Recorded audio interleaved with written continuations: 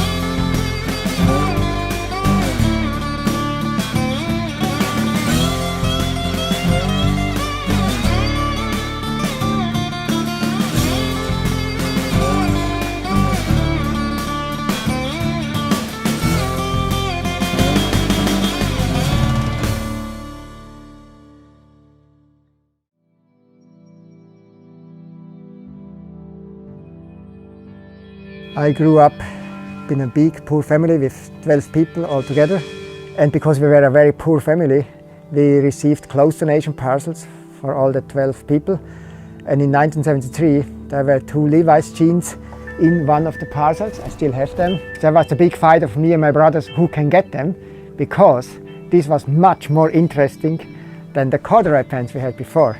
I saw immediately about this fading and the denim evolution potential, and the denim fabric was for me something fantastic. And at the same time we got some little magazines like Bravo or other stuff, and we saw at the same time like John Lennon, James Dean, Marlon Brando, whatever, the people all wearing jeans, listening rock music and having long hair. I wanted to be a little James Dean as well, and I was thinking, raw denim, that's my life. And I started wearing raw denim since then. For 2 summers I was as a cowherd in the Alps watching the cows, and we never had the chance to wash our clothes, and I had another jeans there wearing for 2-3 months, and they were at the end very stinky, smelly, and they were stiff again from the dirt, whatever, and I realized that it's something special. They were almost watertight, and I was fascinated more and more from the denim fabric. The denim fabric itself became for me sort of an erotic part, like a fetish. I don't know the word in English, but in German we say it's like a supergeiler Stoff. So it was for me I just wanted to have it, and it became for me a part of my life.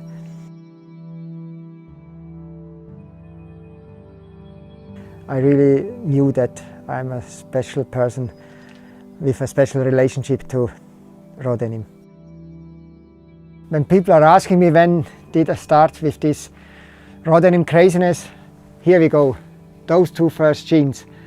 Levi's from the 60s, we got donated as second-hand clothes from a richer family in our little mountain village.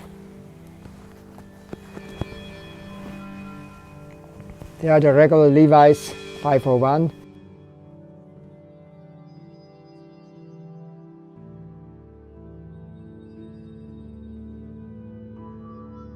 You can see also that my mother has opened here these pants because one of my brothers wanted to have a hippie jeans in the 70s.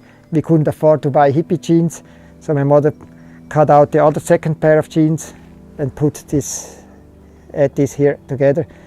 So you had a sort of a hippie jeans, bell bottoms.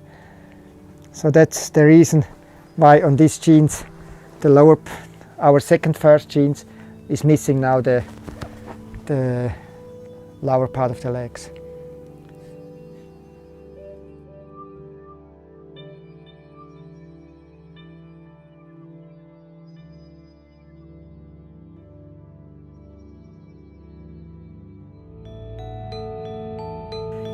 I think the reason that I started collecting was also not just because I love denim, but because we are growing up very, very poor. And I was thinking, okay, even if it's not usable anymore, I just kept it. And I built up a close relationship, also high emotional value to this denim fabric. So I never wanted to get rid of my old jeans.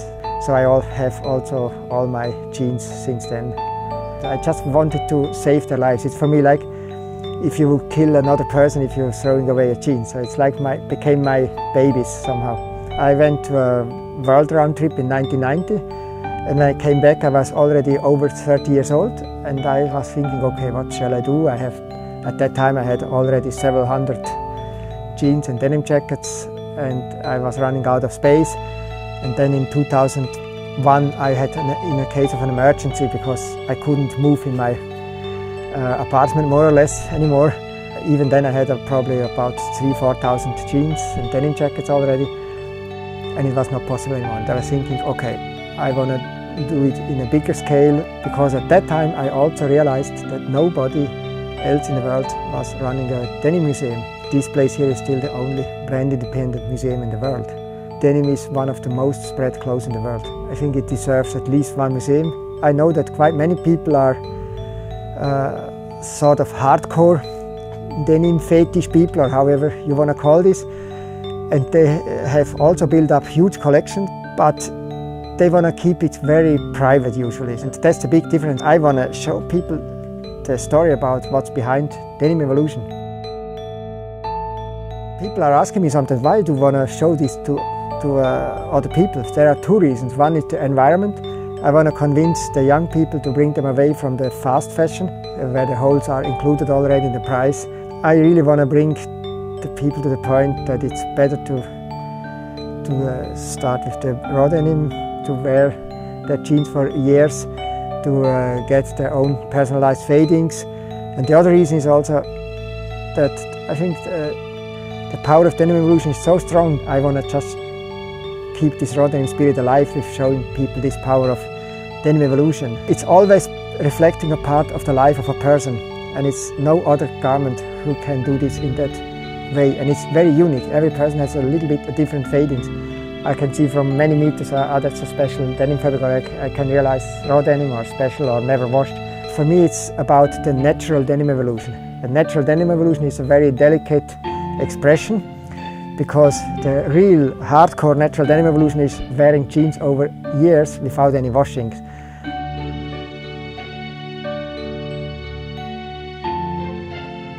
Since 15 years I have a vision in my mind that I want to move another step ahead from these two little rented rooms to open a proper museum.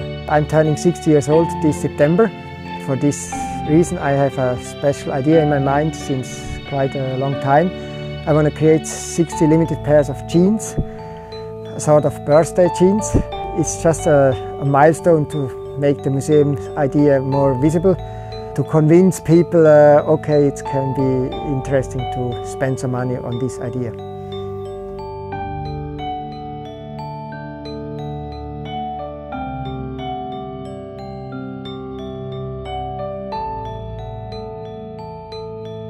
In fact, I have to confess that I'm thinking since almost 40 years I would like to do an own jeans. Last year I realized, okay, I'm turning 6 years old. I really want to do it now, because after this I'm in the graveyard and it's too late. And because I'm also an environmental man, I was thinking, okay, which is the least impact to do it. And then because I knew the Candiani company in So I discussed this with them, and then they really were very open-minded. Then everything started.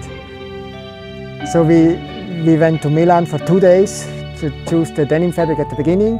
That was for me quite an easy part because I knew exactly what I want to have. I like the denim evolution at most on green cast denim fabric. That's just my favorite. And they created it just even with my name now. It's Ruedi, called Ruedi Denim fabric.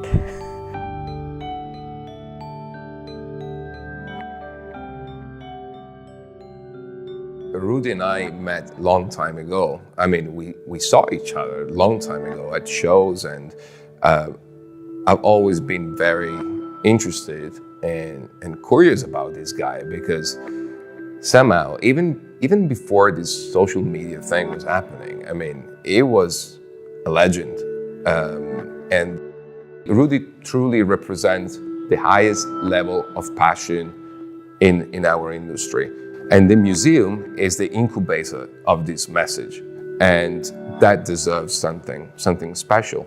We are creating Ruedi's very own customized fabric. It is very complicated to customize a specific fabric. This is something which we don't really do every day. And in this case, we're not talking about a brand, we're talking about a person. He's making 60 pair of jeans for his friends, basically, for his 60th birthday. I said, let's engineer this fabric from scratch. Let's make sure that it's including both Ruedi's identity and the Candiani signature. We named the color itself Ruedi. So yes, there's a very specific version made just for Ruedi. Yeah, when thinking about to get a denim for me for this special project, I was of course thinking perhaps if I'm lucky, a company would say you can buy some denim fabric from us. And this was a real big surprise when I really never expected this. Just a little old man, can you do some special?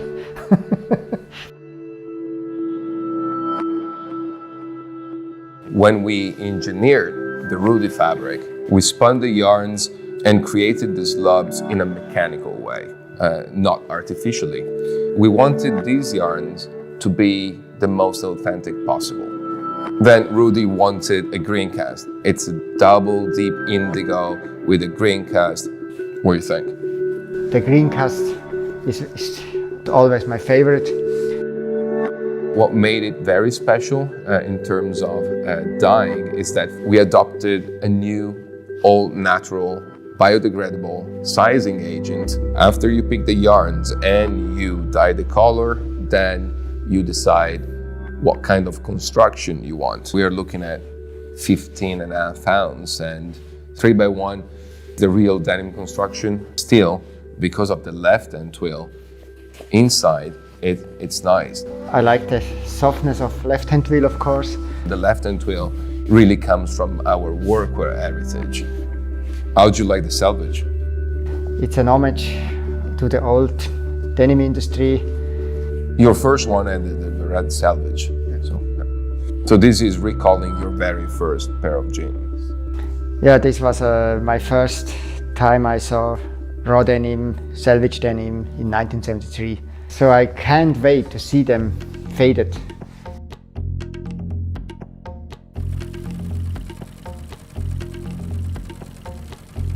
For me it was somehow very easy to think about the details of the jeans because in my mind everything was in my brain more or less already.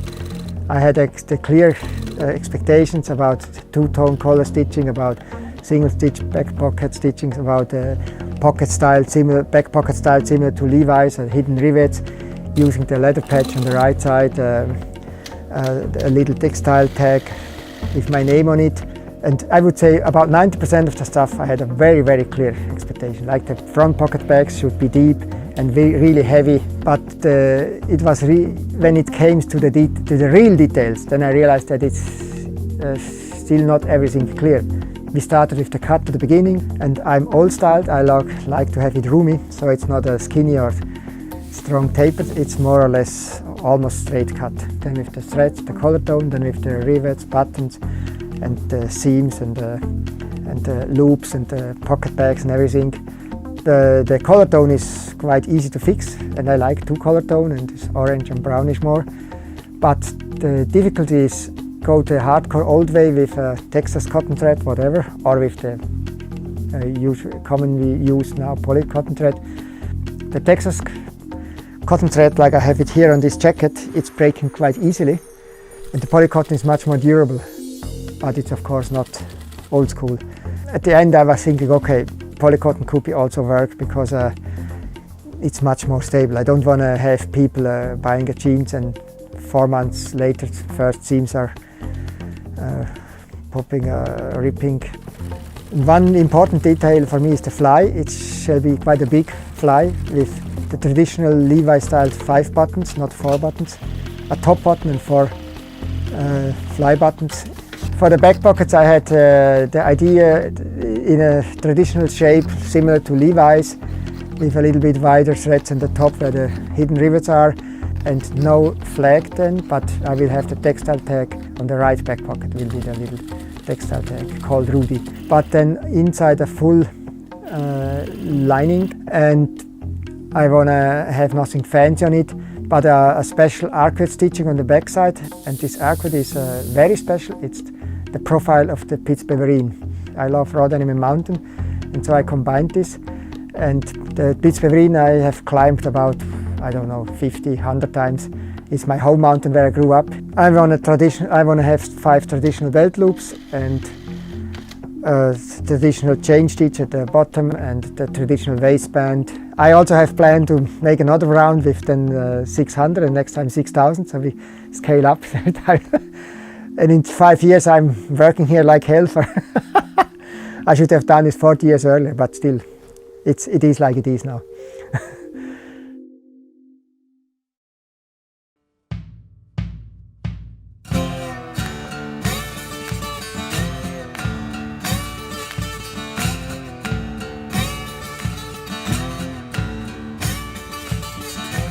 Denim fabric is one of the only clothes which over wear time is reflecting a part of the life of a person. But for me, the raw denim and the denim evolution, the fading, is still the core element of the whole denim industry. With the help of now this getting this project of this denim, I also try to make this museum vision go a little bit more visible.